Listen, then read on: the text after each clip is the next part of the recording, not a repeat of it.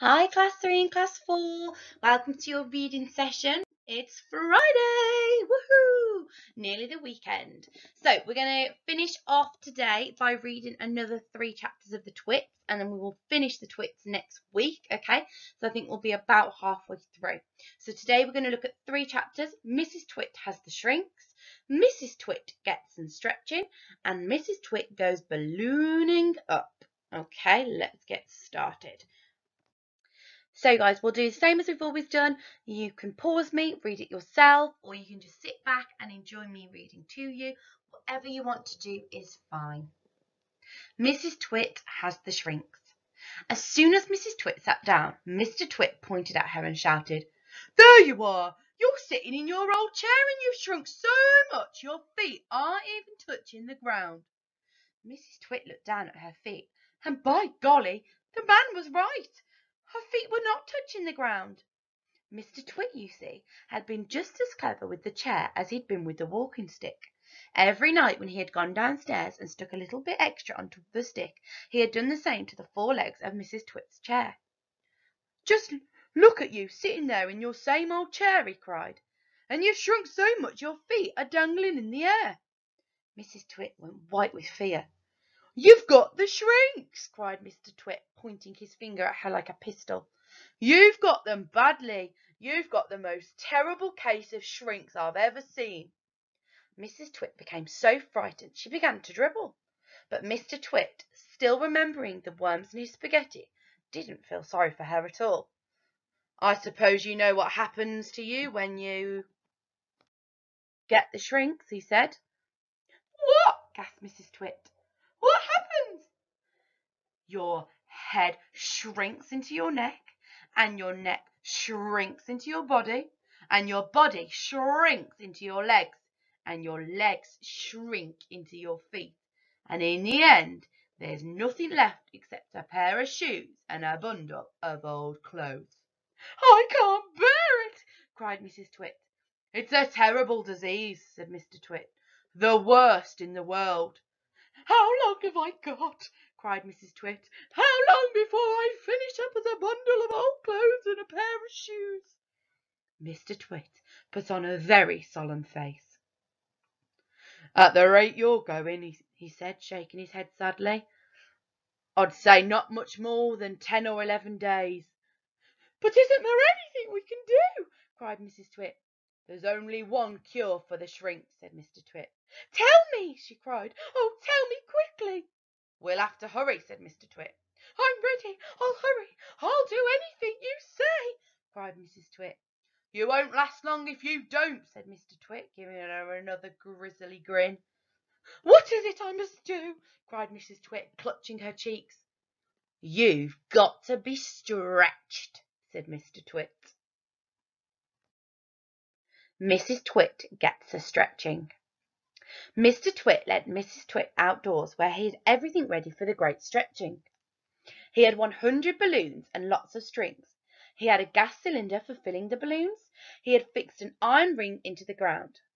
"Stand here," he said, pointing to the iron ring. He then tied Mrs. Twit's ankles to the iron ring. When that was done, he began filling the balloons with gas. Each balloon was on a long string, and when it was filled with gas, it pulled on its string, trying to go up and up. Mr. Twit tied the ends of the strings to the top half of Mrs. Twit's body. Some he tied round her neck, some under her arms, some to her wrists, and some even to her hair. Soon there were 50 coloured balloons floating in the air above Mrs. Twit's head. "Can you feel them stretching you?" asked Mr. Twit. I can," cried Mrs. Twit. "They're stretching me like mad." He put on another 10 balloons. The upward pull became very strong. Mrs. Twit was quite helpless now. With her feet tied to the ground and her arms pulled upwards by the balloons, she was unable to move. She was a prisoner, and Mr. Twit had intended to go away and leave her like that for a couple of days and nights to teach her a lesson. In fact, he was just about to leave when Mrs. Twit opened her big mouth and said something silly. "Are you sure my feet are tied properly to the ground?" she gasped. "If those strings around my ankles break, it'll be good-bye for me." And that's what gave Mr. Twit his second nasty idea. Mrs. Twit goes ballooning up. There's enough pull here to take me to the moon, Mrs. Twit cried out. To take you to the moon? Exclaimed Mr. Twit. What a ghastly thought! We wouldn't want anything like that to happen. Oh dear me, no. We most certainly wouldn't, cried Mrs. Twit. Put some more string around my ankles quickly. I want to feel absolutely safe. Very well, my angel, said Mr. Twit. And with a ghoulish grin on his lips, he knelt down at her feet. He took a knife from his pocket, and with one quick slash he cut through the strings holding Mrs. Twit's ankles to the iron ring. She went up like a rocket. Help! She screamed. Save me! But there was no saving her now. In a few seconds she was high up in the blue sky and climbing fast. Mr. Twit stood below, looking up. What a pretty sight, he said to himself. How lovely all those balloons look in the sky, and what a marvellous bit of luck for me. At last the old hag is lost and gone forever. Okay, so your questions for today. Number 1, why didn't Mr. Twit feel bad about tricking Mrs. Twit? Number 2, what does Mr. Twit say will happen to Mrs. Twit in 10 or 11 days' time? Number 3, how does Mr. Twit intend to stretch Mrs. Twit? And number 4, what do you think Mr. Twit's second nasty idea was? And finally, number 5, Mrs. Twit Goes Ballooning Up is only a short chapter. Can you write a summary of the chapter in your own words? I've put you some sentence starters on there, so if you want to use those, then you can. If you don't, that's fine too. Pause me while you have a go, and then unpause me and come back when you're ready to go through the answers. Good luck! Okay, so I'm hoping everybody's had a go at the questions. Let's go through the answers together. So number 1 was, why didn't Mr. Twit feel bad about tricking Mrs. Twit? So I put Mr. Twit did not feel bad about tricking Mrs. Twit because she fed him worms in his spaghetti as a trick. So really, it was just payback. Number 2, what does Mr. Twit say will happen to Mrs. Twit in 10 or 11 days' time? So it said that she will shrink so small she will become a bundle of old clothes and a pair of shoes.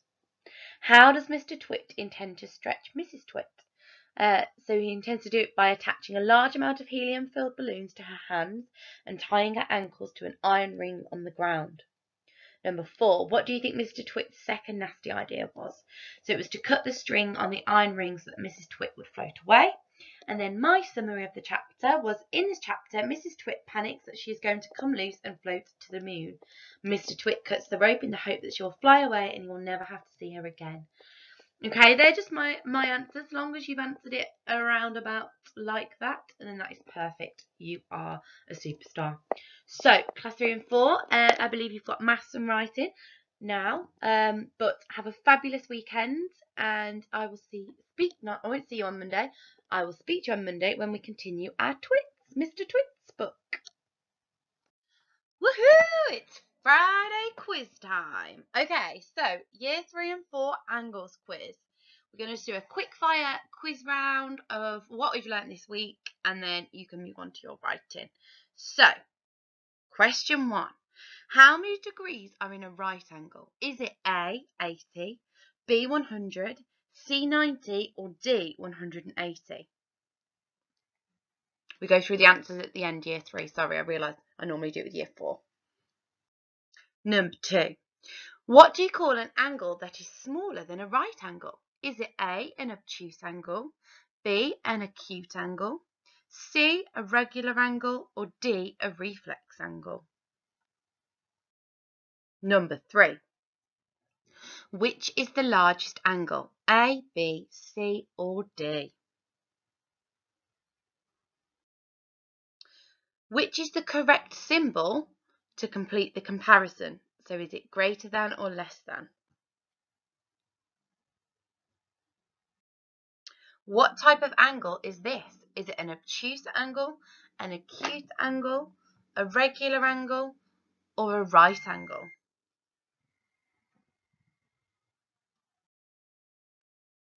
Which of these angles is a right angle? A, B, C, or D?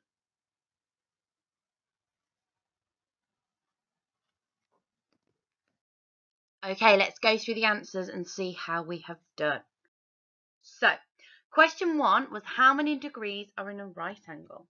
I'm hoping that you all put C down because it's 90 degrees. Question 2. What do you call an angle that is smaller than a right angle? It's an acute angle. It was B. Which is the largest angle? I'm hoping that everybody's put A for this one. Da, da, da, da. Which is the correct symbol to complete the comparison? It is, of course, this one, because this angle here is less than this angle here. What type of angle is this?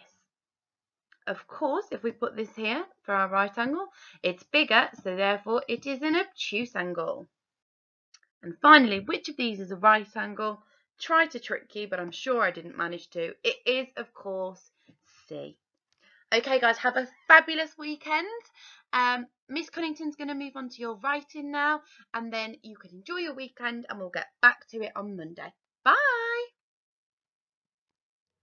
Good morning, class 3 and 4. We are on Friday, the last day of the week, and it's the 5th of June. So for your writing today then, to begin with, let's have a little look at our grammar. So we've been focusing on word families, prefixes and suffixes, as well as the root word. Okay, so Anita says, I have added the suffix ly, li, to all of these words. Now, she's got the word quick, love, hero, actual, friend, fast. Which words do not work and why? So pause it now and have a little go. Which ones work and which ones don't? So you're adding the suffix to the end. Okay, so remember suffix goes on the end. ly to each of these words. Which work and which ones don't? Pause it now then so you can have a little go. Okay, so the word that does not work is fast, because, so hopefully your answer then, you've worked that one out. And does fastly work? No, but which one could we use instead of that? We could use quickly, that works, but fastly does not work. It doesn't, it's not, well, so the full answer is it's not grammatically correct words to describe how fast something is, but we could use quickly instead, or you could say it is extremely fast. Okay, so which word here is the odd one out? And have a go at explaining your answer. We've got untie, unable, understand, unlock. So which of those is the odd one out? So remember this week we've been looking at root words, prefixes and suffixes. So think about what perhaps they have in common. I know they all begin with un, but are they all, is that all the same word type at the start? Okay, so pause it while you have a little think and then press play for the answer. Okay, understand. So understand is not, understand is the odd one out because the other three words have the prefix un. So that, yes, they all begin with un, but the other three, untie, unable, unlock, un is the prefix that's been added because we have tie, able, and lock. But here, if we took off the un, we'd have understand, which doesn't make sense, and therefore un isn't the prefix here. It's to understand, okay? And the prefix that's been added here is to make it the opposite meaning of the root word. So if something's unable, that means it's not able, or you can't tie it, or you untie it, you undo it. And if you unlock it, it's the opposite to lock, okay? But here, oh, sorry, un isn't a prefix there, okay? We've got under being the root word and understand, well, it's a compound word using under and stand together. Okay, so your LO today then is to write a play script for the chapter Bunny Walking Stick. So yesterday you had a go at planning this out in your book, and today you're going to be writing it. So you've got these three different parts of the story in that chapter. Okay, so you're thinking about writing a play script. So perhaps if you and your family were going to act out this scene. Oh, sorry guys, if you can hear Paddy, he's making funny noises in his sleep. Bless him. Yeah, so if you think about if you were to send this to a friend, or you wanted to act it out with a friend or a family member, or you wanted to direct somebody at home to act this out, think about everything that they would need to know in terms of what they need to do, how they need to say things, and think about how you're going to show that differently to what you want them to say. Okay, so let's just recap those features and the layout of your play script from yesterday. So we've got here, you need to make sure you tell your reader who is speaking, okay, and you're going to do it in the order that it's happening. Okay, so you might have a narrator, that might be who you want to be in your little play script, and then you're going to have Mr. Twit and Mrs. Twit as well, so don't forget to tell the reader who is speaking when. You need to tell your reader, your actors, what they've got to say out loud, okay? But you've also got to tell them how they're going to say it and perhaps what action they're doing at the same time. Now, if you want them to be doing that first, and that needs to come first, and you just put it in brackets so they know that they don't say that bit out loud. If something happens after they've spoken, or they do something after they've spoken, then you can put it at the end of whatever they've spoken. Make sure you've got your list of characters so we know who else is there, and make sure it's clear where they need to be at the beginning of the scene, okay, and what time it is. So where and when at the start. Okay, so using that plan then that you did yesterday, write a short play script for the chapter Funny Walking Stick. You can use the dialogue and the actions from the book to help you, but try and lay it out like this, okay? So you've made your plan yesterday, use the book all you like, okay, especially for any particular effective language that you like, and have a go, okay? Don't stress if you don't think it's working, just have a go. All right, it'd be wonderful if you could video yourselves using it, or if you could direct perhaps somebody at home to use your script. That would be amazing. But if not, you could always send us just a picture of your script. That would be amazing to see how you've got on with it. But please don't worry if you found it difficult. As long as you've just had a go, that's amazing, just having a go. Okay, have a great weekend, year 3 and 4, and I will speak to you again next week for your learning videos. Bye bye.